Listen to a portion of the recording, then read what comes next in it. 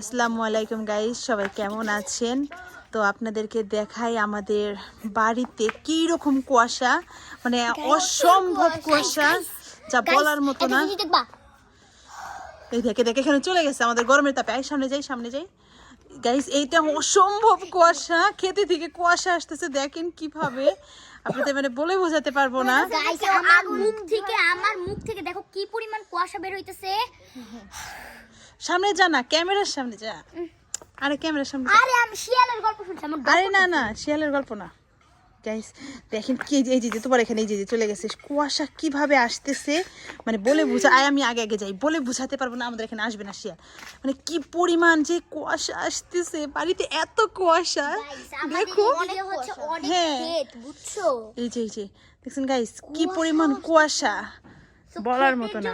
এরকম মেবি হয়ে গেছে না।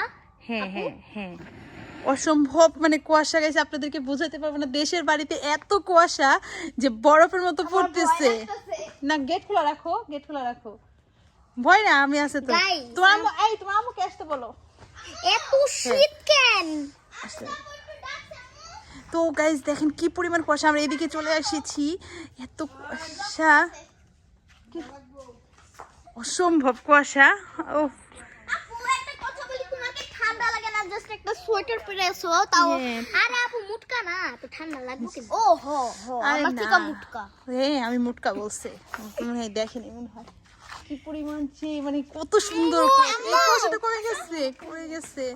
ওয়াও, দেখো এই যে দেখেন গাইস, কুয়াশা আর কুয়াশা, অসম্ভব সুন্দর কুয়াশা।